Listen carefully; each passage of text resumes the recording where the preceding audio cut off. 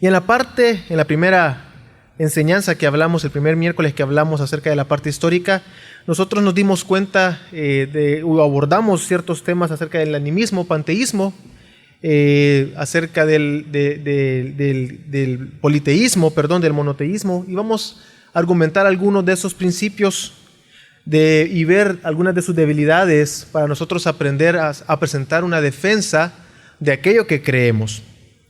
Y en cuanto al animismo, al panteísmo, en su creencia, ellos sostienen que todo lo que existe comienza con una realidad final que es impersonal, que es caótica, que es abstracta, y que de este caos surgieron todos los dioses y demás creación. La historia bíblica, como vimos la semana pasada, nos muestra totalmente algo distinto. La Biblia nos enseña que Dios es totalmente personal, que es antes de todo, antes de todos, y que Él ha creado todo y que de Él mana todo cuanto existe. Y nos damos cuenta también que en las religiones acerca de Dios, en el animismo, en el panteísmo, se busca constantemente crear una diferencia entre el creador y lo creado. Y se busca una relación entre ambas partes. La palabra de Dios nos muestra que Dios, quien ha existido eternamente, se relaciona con aquello que Él ha creado. No necesita de ninguna jerarquía de diversos dioses para comunicarse con su creación. Pero Génesis 2:1 dice: fueron pues acabados los cielos y la tierra y todo el ejército de ellos, y acabó Dios en el día séptimo la obra que hizo, y reposó en el día séptimo de toda la obra que hizo. La palabra es clara. Dios ha creado absolutamente todo. Pero también nos dice de que no necesita, la palabra que Dios o esa creación no necesita jerarquías para comunicarse con su creación. Génesis 3:9 dice: mas Jehová, Dios llamó al hombre y le dijo: ¿dónde estás tú?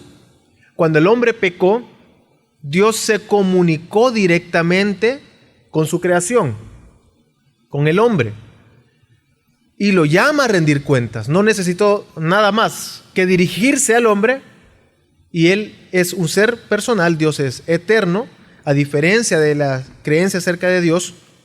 Entonces, dentro de las religiones encontramos del panteísmo o de diversas religiones, encontramos un concepto que se llama monismo. ¿A qué nos referimos con esto?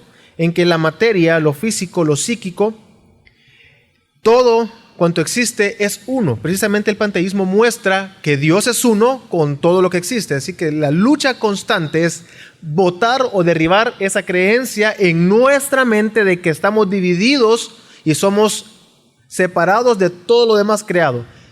Y cuando logremos esa superioridad, esa libertad de entender que no estamos separados de ese Dios creador, porque todos somos en esencia partes de ese mismo ser que existe, cuando todo se logra, entonces se ha logrado de alguna manera la perfección. Pero la palabra de Dios nos muestra algo distinto. Pero siguiendo las religiones como el panteísmo, el animismo, al no poder hacer una diferencia entre lo creado y el creador, terminan en un monismo, ya que si lo pensamos bien, todo surge de ese caos y todo va a volver a ese caos. Y si todo surge de ahí y vuelve ahí, al final de cuentas, en esencia es lo mismo. Es como yo tomar un vaso, derramarlo y separarlo en un, digamos, una especie de alfombra o algo plástico que contenga el líquido y lo pueda separar. Después yo lo levante y lo vuelva a incluir. Al final siempre ha sido la misma agua, pero está separada. Entonces al final todo surge de ese caos y todo vuelve a ese caos. De alguna manera todo cae en un monismo, es decir, todo esencialmente es eso mismo, es la existencia misma. Se separa, surgen, pero al final vuelven a ese caos. Entonces nos damos cuenta que se cae en un monismo. Pero si todo surgió de alguna manera, si seguimos pensando en algunas debilidades de estas creencias, si todo surgió de un ser impersonal, entonces ¿dónde existe la voluntad, los pensamientos y las emociones? Porque en ese ser no existe voluntad, en ese ser, en ese caos no hay sentimientos, no hay emociones, no hay raciocinio, no hay pensamientos, no hay conciencia. y no existe la voluntad. Esto genera muchas dudas para nosotros, para la existencia del ser humano. Y podemos hacernos algunas preguntas. ¿Qué razón tiene la personalidad en el ser humano si surgió de un ser impersonal? ¿Qué razón tiene nuestra personalidad? ¿Y cómo un ser que no tiene persona nos da personalidad? Algo tan complejo que precisamente al ser humano nos cuesta explicar este punto. Es difícil para el ser humano entender cómo Dios, un ser, es tres personas, y cuando parece que eso es complejo, agregamos algo más, cómo una de esas personas puede encarnarse y esa persona toma dos naturalezas. Ahora resulta ser de que Dios, que es una naturaleza divina, tiene tres personas, pero una de esas personas tiene dos naturalezas, la divina y la humana. Entonces a nuestra mente es muy difícil llegar a comprender. Eso mismo va desatando las diversas herejías, porque nosotros en esencia solo somos persona y una naturaleza, la cual todos participamos de esa naturaleza, de esa unidad, es expresada en la diversidad de cada uno de nosotros, la particularidad de cada uno de nosotros de una sola naturaleza. Explicar eso es lo que genera la dificultad y ha llevado a creer muchas cosas acerca de ese ser caótico, nuestro origen, de dónde venimos y a dónde vamos. Pero, una vez más, si ese ser que es impersonal, de él surge lo creado, nosotros, ¿cómo eso nos puede dar, o ese ser nos da, la personalidad? Otra pregunta: ¿qué valor tiene la vida humana si solo es resultado de un accidente de un ser impersonal, ya que no tiene voluntad, no tiene emociones, conciencia, en él no existe nada más que un desorden, un caos que existe por existir? Y de él surge la vida. Nos debemos de preguntar si es de ese accidente que hemos surgido, ¿cuál es la razón de ser de que existamos? Otra pregunta: ¿qué significado y valor tiene el amor? Ya que no tiene raíces el amor. No existe en ese ser impersonal porque no hay emociones. ¿Dónde radica el amor? ¿Por qué amamos? ¿Por qué viene? Y precisamente lo vemos en la palabra de Dios. Algo importante en lo que la enseñanza bíblica nos enseña, valga la redundancia, es el amor. Dios Padre, Hijo y Espíritu Santo, por amor a sí mismo, obra y hace todo conforme a su voluntad, por amor. Y una doctrina o un principio bíblico, una enseñanza bíblica, es el amor precisamente. Un concepto bíblico fuerte que está en toda la palabra de Dios es el amor. ¿Cómo podemos resumir la ley? Amarás al Señor tu Dios. Entonces, si es esencial el amor, pero surge de un ser impersonal, o mejor dicho, no existe, en ese ser impersonal, ¿qué razón tiene de ser nuestro amor? ¿Dónde está el fundamento? ¿Dónde está la raíz y qué razón tiene de ser? ¿Quién establece el orden, las formas y las reglas para mostrar amor? Cada quien comenzaría a mostrar amor según su propio principio de amor. Entonces nos damos cuenta que buscar una explicación al propósito de la existencia carece de un total sentido. No hay sentido en buscar por qué existimos. Si surgimos de un caos, ¿por qué buscar la existencia del ser humano? Y es lo que, si nosotros vemos, hay cantidad de artículos, publicaciones, programas de televisión basándose en cuál es nuestro propósito. Muchas personas buscan y ¿por qué existo? ¿Por qué estoy como estoy? ¿Qué hay después de la vida? Y comenzamos a preguntar, y el ser humano busca constantemente una razón de su existencia. Pero si surgimos, si pensamos, si creemos, y de alguna manera se cree en el animismo, en el panteísmo, en que todo surge de un caos, la pregunta es entonces, ¿para qué existimos? ¿Cuál es la razón de ser de nuestra existencia? No tiene razón estar buscando si no surgimos más que del caos, más que de la casualidad. Si surgimos así, entonces, ¿para qué buscar? Simplemente existimos para hacer algo, para hacer lo que sea, lo que se nos antoje. Y es lo que vemos cada día. Entonces se vuelve inútil hablar de un propósito, de un significado en nuestra existencia, porque somos productos de una casualidad. También nosotros nos damos cuenta que esto se vuelve un resultado de negar la Trinidad, negar que Dios es un solo Dios en esencia, que participan de esa esencia tres personas.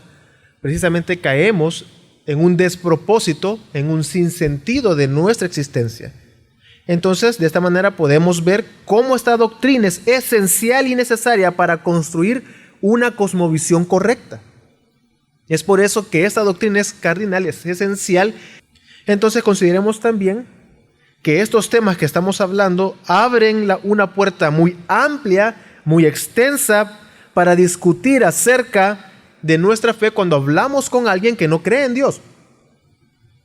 Porque comenzamos a hablar y explicar por qué creemos en un Dios, pero que en ese Dios existen 3 personas, es una puerta muy inmensa donde se presta para hablar y discutir. La pregunta es si estamos plenamente capacitados para poder argumentar ante el razonamiento humano y de manera bíblica lo que nosotros creemos. Ante el razonamiento humano, si damos una respuesta bíblica.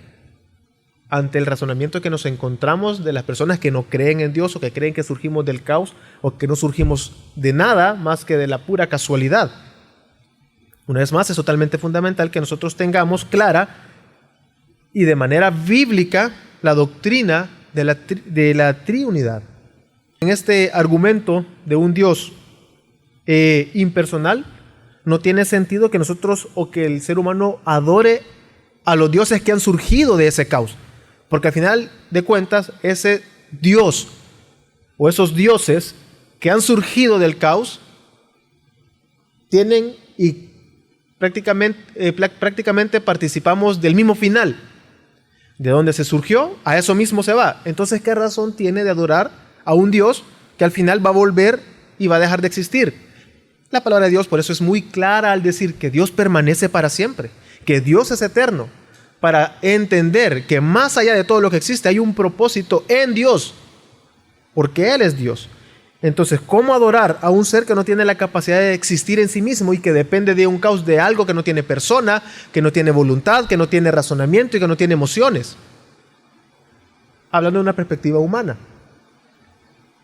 Entonces, la doctrina de la Trinidad, si hacemos un enunciado de lo que hablamos la semana pasada en la segunda plenaria, hablando de argumentos bíblicos, dice que Dios es personal y creó todo cuanto existe.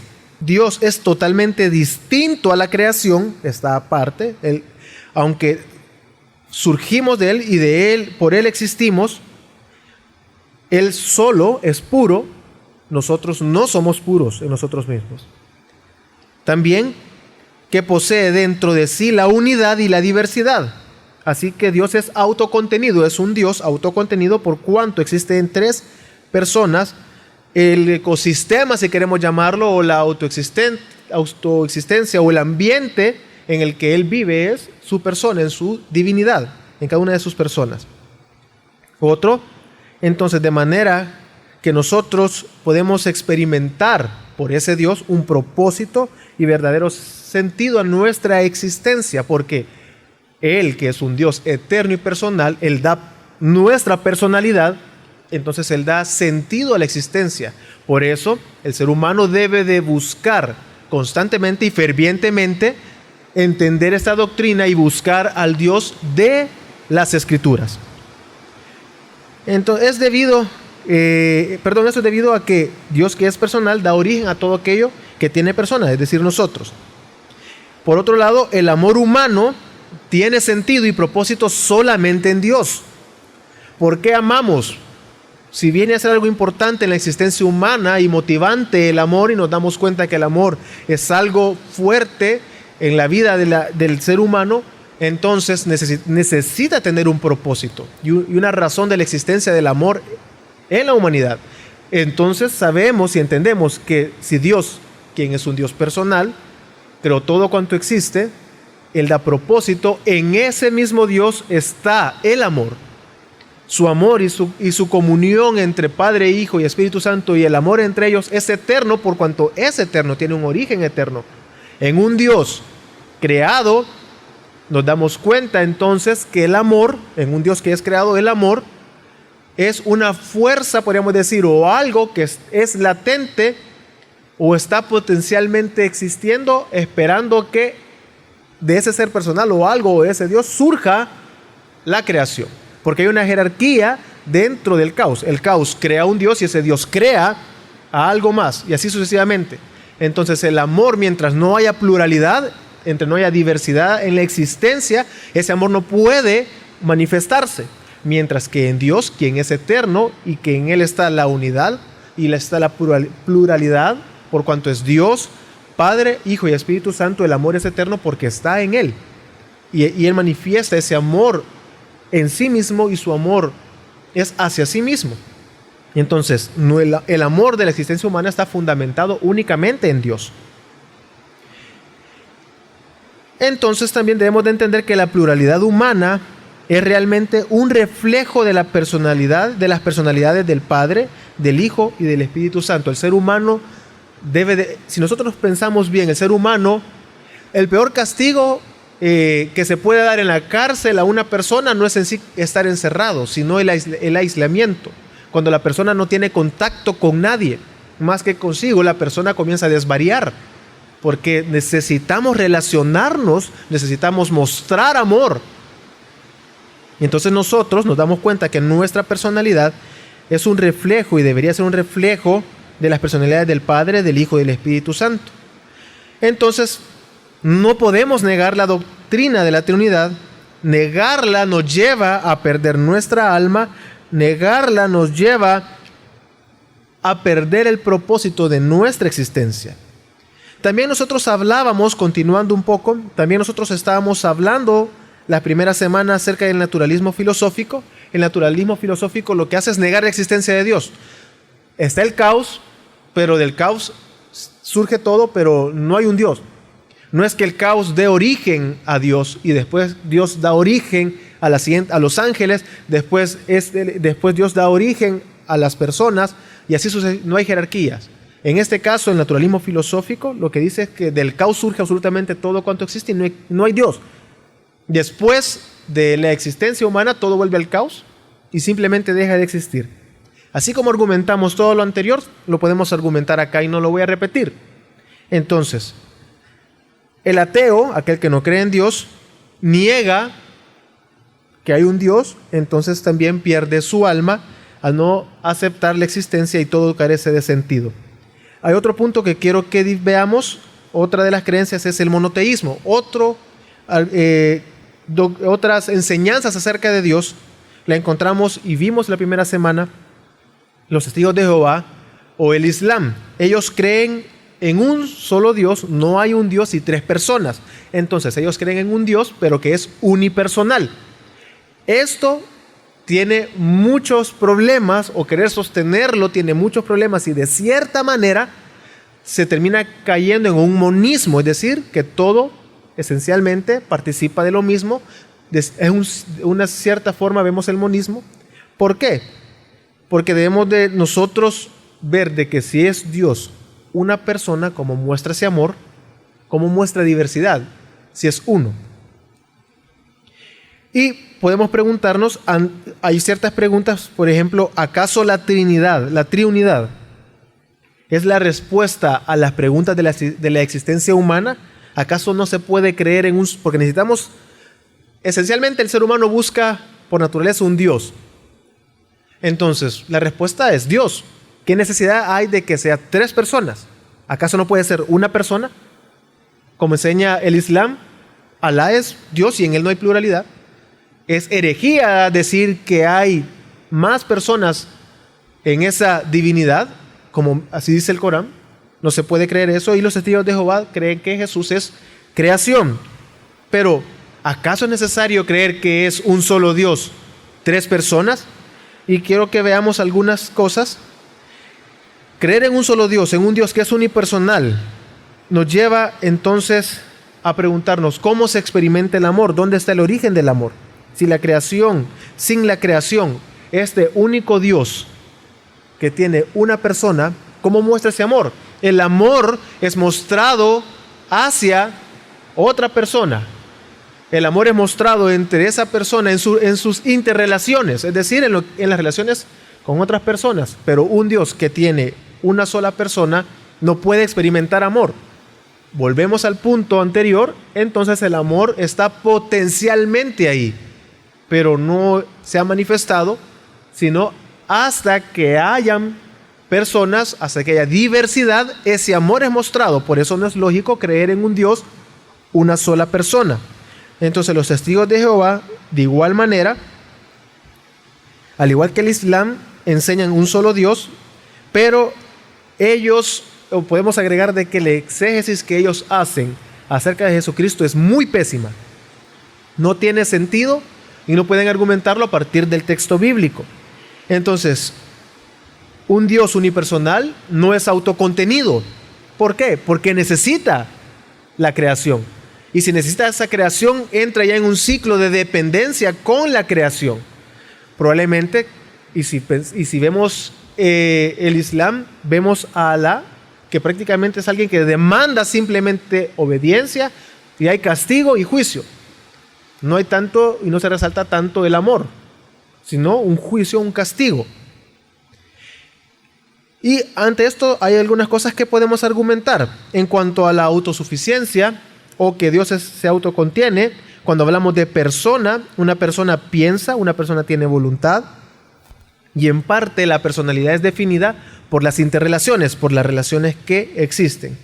Entonces, en un Dios que es unipersonal o monopersonal, parece que esta persona, un Dios monopersonal, tendría que crear otros seres, porque se define por sus interrelaciones, tendría que crear otros seres con quienes podría relacionarse. Históricamente, un Dios que es monopersonal, entonces se vuelve menos personal, se vuelve más abstracto porque necesita de la creación. Un Dios que necesita la creación para desarrollarse poco a poco y históricamente se vuelve abstracto. ¿Qué es ese Dios? Es distante. En cambio, un Dios tripersonal, un Dios en tres personas, tiene en sí mismo su autorrealización, tiene en sí mismo su existencia, porque se relaciona con las personas. Entonces, se relaciona unos con otros y podemos llegar a conocer a Dios a través de la Biblia, cómo es su relación entre Dios Padre, Dios Hijo y Dios Espíritu Santo. Entonces, un Dios, hablando de la autosuficiencia, y hablando en la autosuficiencia, hablando de la persona, un Dios monopersonal, para conocerlo necesita la creación. Mientras que Dios, que es eterno en tres personas, en sí mismo, Él está satisfecho.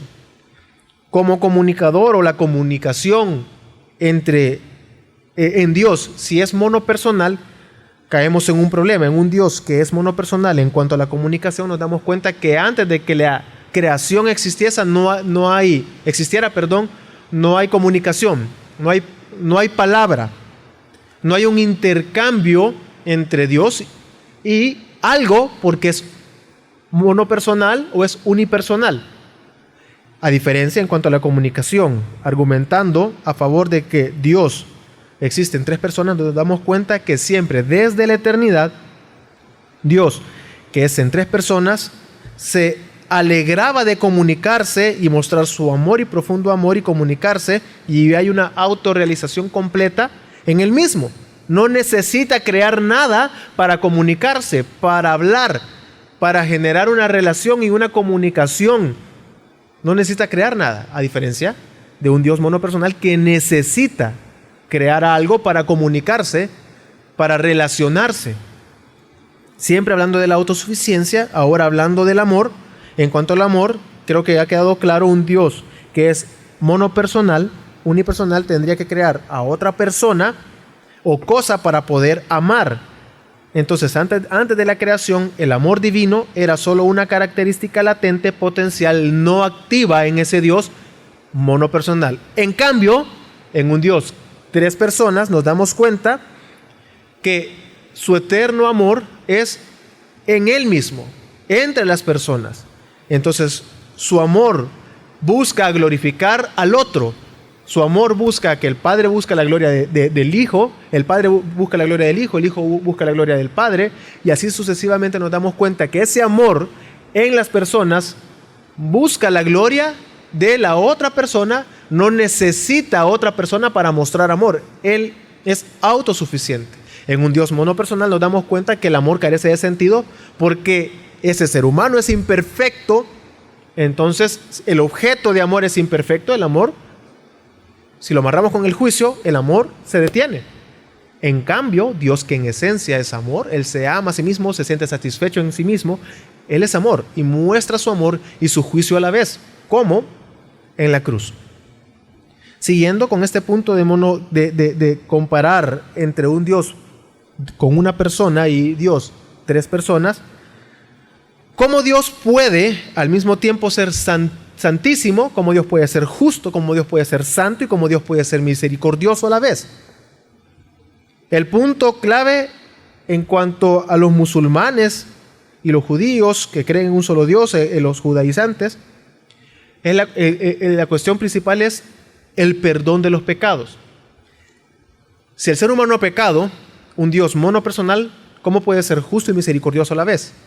En cambio, un Dios, tres personas, preguntémonos lo mismo, ¿cómo puede ser misericordioso y puede ser un Dios de juicio y airado a la vez? Y la semana pasada estábamos hablando acerca de la economía en la Trinidad, es decir, cómo Dios se relaciona con la humanidad, cómo Dios tiene relación con nosotros, cómo nosotros podemos llegar a conocer a Dios. Y es que Dios cuando hablamos de la economía de la Trinidad, es cómo Dios se ha dado a conocer a nosotros, cómo Dios se relaciona con su creación. Y aquí creo que es un momento importante para extendernos un poquito más.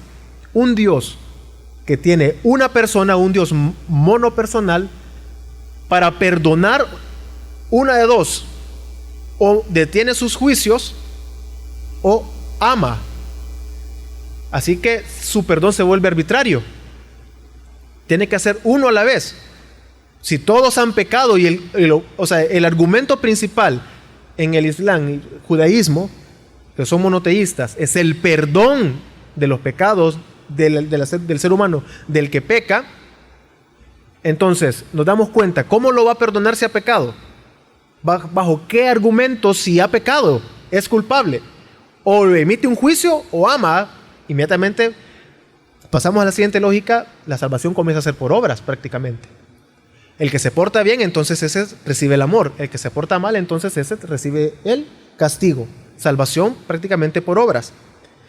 En cambio, en un Dios, tres personas, nos damos cuenta que el Padre, economía de la Trinidad, el Padre, nosotros lo conocemos como el que juzga, mientras que el Hijo es aquel que sube la cruz en lugar nuestro, y el Espíritu Santo nos guía a ver a ese Dios en la cruz.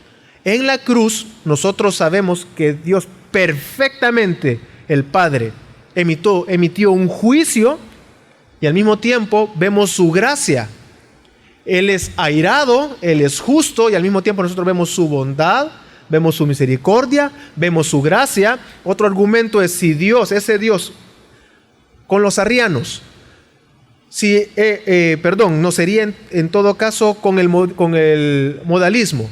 Si Dios es tres modos distintos, un único Dios, cuando estaba aquí en la tierra, ¿quién estaba sentado en el trono?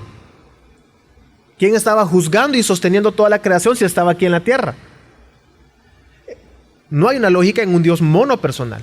Más bien nos damos cuenta cómo Dios se relaciona con nosotros a través del Padre emitiendo un juicio.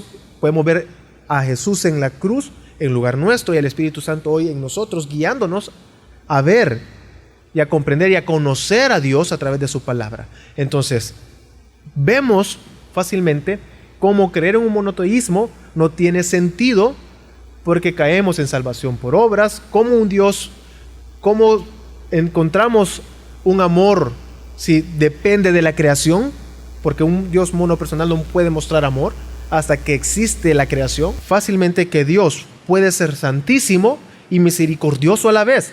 Sus atributos no se contradicen, mientras que en un Dios, una sola persona, tendría que comenzar a contradecirse sus atributos. ¿Bajo qué criterios perdonarías, salvaría, detendría su amor, su juicio?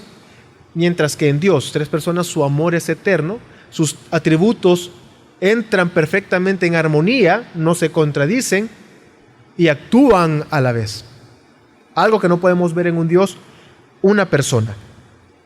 Y precisamente, como ya lo hablamos en cuanto al juicio, ya lo dijimos, el juicio o amor en un Dios que es tres personas, como bien la palabra de Dios nos muestra, entonces vemos perfectamente cómo sus atributos entran en armonía. Entonces, habiendo hablado de esto un poco, quiero que reflexionemos y tratemos de aplicar algunas cosas de lo que hemos aprendido la semana pasada, entendiendo que como estos argumentos de un caos o de un Dios, una persona, no tienen sentido, ahora que sabemos y entendemos y hemos creído lo que la palabra de Dios nos dice, de que Dios es Padre, Dios es Hijo, Dios es Espíritu, pero que en ellos no hay mezcla, no hay división, y son coesenciales y son eternos, podemos entonces tratar de aplicarlo, y es importante creerlo y ver la importancia de nosotros ser transformados y que nuestra vida lo refleje también para hacer una defensa de esta doctrina. Entonces, lo primero es, Dios no ha creado todo cuanto existe porque se sentía solo. Hemos entendido, Dios ha existido en tres personas, Él es autosuficiente, así que Dios no creó las cosas porque Él se sentía solo y tenía necesidad de la creación, le plació, lo hizo porque quiso. ¿Por qué Dios nos creó? A Él le plació. ¿Por qué ha pasado como ha pasado todo lo que existe? ¿Por qué tenía que ser Cristo? ¿Por qué el hombre pecó? ¿Por qué tenía que ser a través de la cruz? Es que a Dios le plació, Él planeó todo. ¿Quiénes somos nosotros para consultar o cuestionar a Dios?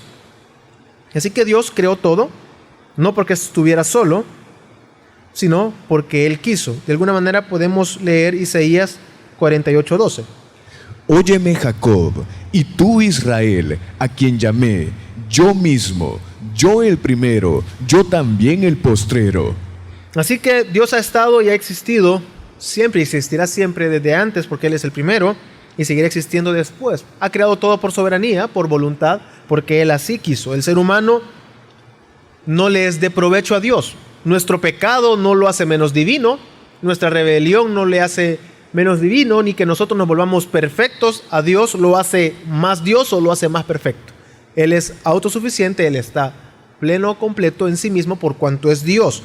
Job 22:2-3 nos dice: ¿traerá el hombre provecho a Dios? Al contrario, para sí mismo es provechoso el hombre sabio. ¿Tiene contentamiento el omnipotente en que tú seas justificado, o provecho de que tú hagas perfecto tus caminos? Así que negar la existencia de Dios no le resta a Dios. Dios es eterno. Nosotros lograr perfección no le suma a Dios. Dios es perfecto. Pero debemos entonces buscarlo a Él, porque todo depende de Él. ¿Por qué nos crea? Lo vamos a ver al final, para que Él sea exaltado, para que Él sea glorificado. Dios tiene vida en sí mismo, y es por eso que de Él mana la vida. Todo lo que existe tiene vida porque en Él está la vida y Él es la vida. Juan 5:26 nos dice: porque como el Padre tiene vida en sí mismo, así también ha dado al Hijo el tener vida en sí mismo. Así que Dios no creó lo que existe por necesidad, lo hizo porque a Él le plació, Él quería hacerlo. Segunda implicación o aplicación a nuestra vida, por medio de las cuales debemos de aprender también a dar una defensa de esta doctrina, y es entendiendo de que Dios nos ha salvado por gracia.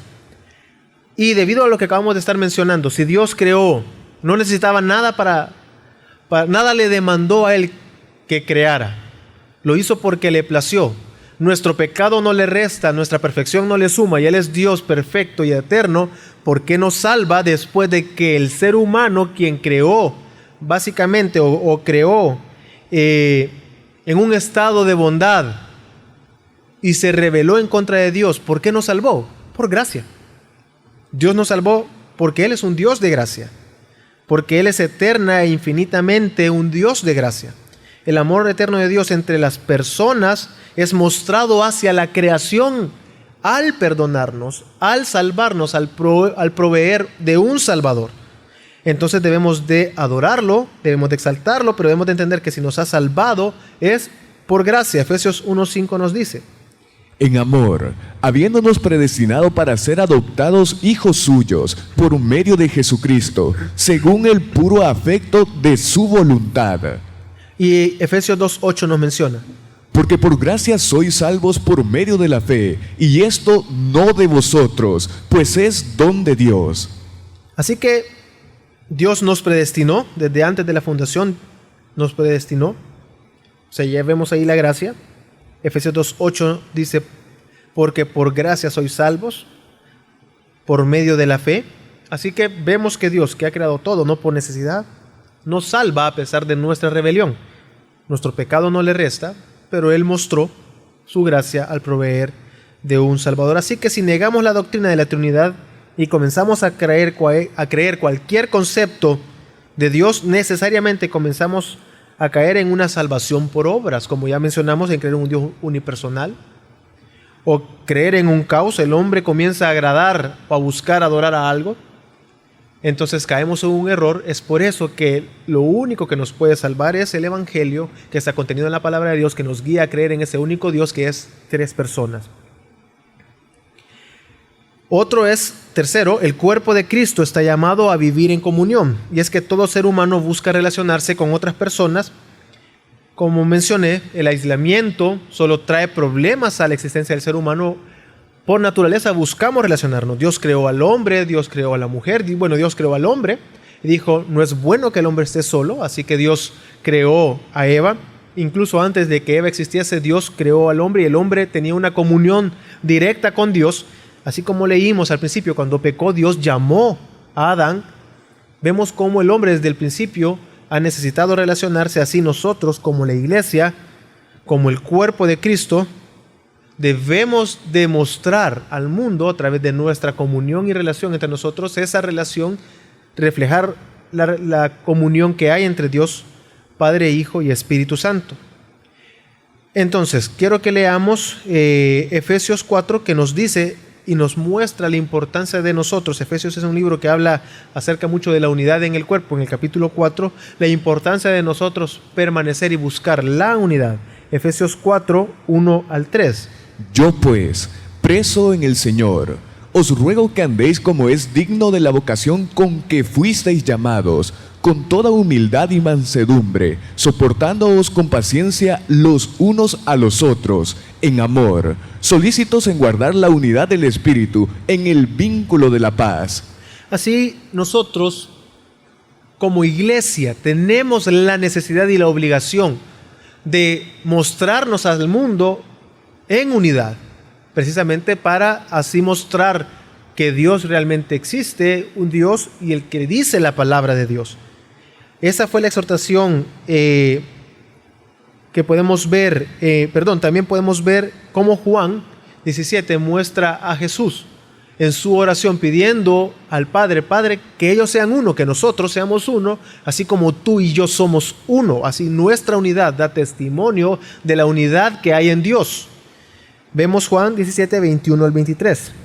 Para que todos sean uno, como tú, oh Padre, en mí, y yo en ti, que también ellos sean uno en nosotros, para que el mundo crea que tú me enviaste. La gloria que me diste, yo les he dado, para que sean uno, así como nosotros somos uno. Así, en nuestra unidad, mostramos al mundo la unidad que existe en Dios, en esa unidad que es entre el Padre, el Hijo y el Espíritu Santo.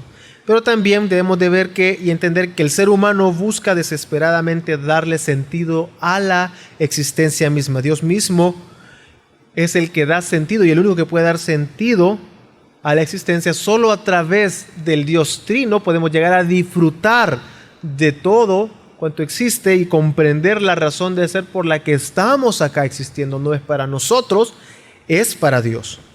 Pero esto nos hace ver y entender de que Dios da sentido porque Él no es un Dios que al azar hace las cosas. Él ha planeado absolutamente todo. Él ha establecido todo desde antes de la fundación. Y Eclesiastés nos dice un ejemplo hablando del río, de los ríos, de las aguas, de los ríos, cómo se mantienen en equilibrio, es decir, cómo Dios mismo los colocó ahí y cómo esos ríos se sostienen, nos hace ver y entender de que Dios ha planeado absolutamente todo. Eclesiastés 1:7 dice: los ríos todos van al mar, y el mar no se llena. Al lugar de donde los ríos vinieron, allí vuelven para correr de nuevo. También 1 de Pedro 1:20 nos habla de que Dios ha planeado, diciendo que desde la fundación del mundo nos ha destinado. Dice 1 de Pedro 1:20: ya destinados desde antes de la fundación del mundo, pero manifestado en los postreros tiempos, por amor de vosotros. Hablando de Cristo, perdón. Isaías 55:10 al 11 nos dice: Porque como desciende de los cielos la lluvia y la nieve, y no vuelve allá, sino que riega la tierra, y la hace germinar y producir, y da semilla al que siembra, y pan al que come, así será mi palabra que sale de mi boca. No volverá a mí vacía, sino que hará lo que yo quiero, y será prosperada en aquello para que la envíe. Así Dios planea todo, y todo cuanto Él habla tiene un propósito y cumplirá el propósito para el cual Él lo habló. Primera de Pedro 1:20 habla de Cristo, no de nosotros, hermanos, vuelvo a aclarar. Entonces nosotros podemos concluir que Dios mismo establece la forma en que el ser humano debe de relacionarse con todo cuanto existe. Precisamente debemos de conocer a Dios. La doctrina, una vez más, insisto, debemos de seguir estudiando formalmente la palabra de Dios. Y mientras nosotros conocemos a Dios, al verdadero Dios, que la palabra de Dios nos muestra, entonces nosotros comenzamos a entender la razón por la cual nosotros existimos. También debemos entender que no es posible, hermanos, llegar a comprender a cabalidad a Dios. Dar una respuesta científica y suficiente que convenza la razón de su existencia es totalmente imposible. No podemos explicarla, no podemos comprender su profundidad. Sin embargo, negarla implica perder nuestra alma. No la podemos explicar, no la podemos llegar a entender, podemos conocer a Dios, y negarlo implica que nosotros perdamos nuestra alma y seamos condenados eternamente. El credo de Atanasio, que lo leímos la primera semana, lo leo, dice: todo el que quiera salvarse, ante todo, debe profesar la fe cristiana. Quien no la conserve íntegra y inviolada, sin duda perecerá eternamente. Y la fe cristiana consiste en venerar a un solo Dios en la Trinidad, a la Trinidad en la unidad, sin confundir a las personas, sin dividir la sustancia. Y es que negar la existencia de Dios y que coesencialmente es tres personas es perder nuestra alma. Job 11:7 dice: ¿descubrirás tú los secretos de Dios? ¿Llegarás tú a la perfección del Todopoderoso? Es más alta que los cielos. ¿Qué harás? Es más profunda que el Seol. ¿Cómo la conocerás? Y Salmo 145:3 dice: grande es Jehová y digno de suprema alabanza, y su grandeza es inescrutable. Es decir, es insondable, no se puede llegar a conocer. Romanos 11:33 al 35 nos dice: oh profundidad de las riquezas de la sabiduría y de la ciencia de Dios, cuán insondables son sus juicios e inescrutables sus caminos. Porque ¿quién entendió la mente del Señor? ¿O quién fue su consejero? ¿O quién le dio a él primero para que le fuese recompensado? Así que, hermanos, tengamos la certeza que no podremos explicar científicamente, no podemos dar un argumento que convenza la razón de manera científica en cuanto a la existencia de Dios, pero sí un argumento bíblico para nosotros en nuestra razón, pero entendamos que la fe siempre va a estar encima de la razón. Nosotros creemos en Dios porque la palabra de Dios nos los ordena y su Espíritu da testimonio a nosotros de quién es Él. Podemos llegarlo a conocer, sí, a través de las Escrituras. No podemos negarlo porque perdemos nuestra alma. Y para terminar, hermanos, así entendemos por todo lo que hemos venido hablando y reflexionemos, Dios es digno de nuestra alabanza, de suprema alabanza, de gloria. Si Él es el creador de todo cuanto existe, entonces la creación solo puede tener un propósito: buscar la gloria de ese Dios, que nos dio vida a nosotros, quien es nuestro creador, quien controla absolutamente todo, quien da propósito a la existencia. Y aunque la humanidad se niegue a creer en Dios, no deja de ser Dios, no deja de existir, no deja de ser santo, puro, eterno, y no así, no deja el mundo entonces de encontrar su sentido en Dios. Al negarlo, simplemente está negando vida para su alma, para la eternidad. Pero nosotros que hemos comprendido la palabra de Dios, según como nos habla Apocalipsis, debemos de adorar a nuestro Dios, a nuestro Creador. Apocalipsis 5, del versículo 12 al 14 dice: que decían a gran voz: el Cordero que fue inmolado es digno de tomar el poder, las riquezas, la sabiduría, la fortaleza, la honra, la gloria y la alabanza, y a todo lo creado que está en el cielo y sobre la tierra y debajo de la tierra y en el mar, y a todas las cosas que en ellos hay. Oí decir: al que está sentado en el trono y al Cordero, sea la alabanza, la honra, la gloria y el poder, por los siglos de los siglos. Los 4 seres vivientes decían: amén. Y los 24 ancianos se postraron sobre sus rostros y adoraron al que vive por los siglos de los siglos. Así que, hermanos, buscamos conocer a nuestro Dios a través de la palabra y debemos adorar a nuestro Dios conforme la palabra de Dios nos manda. Incline su rostro, vamos a orar.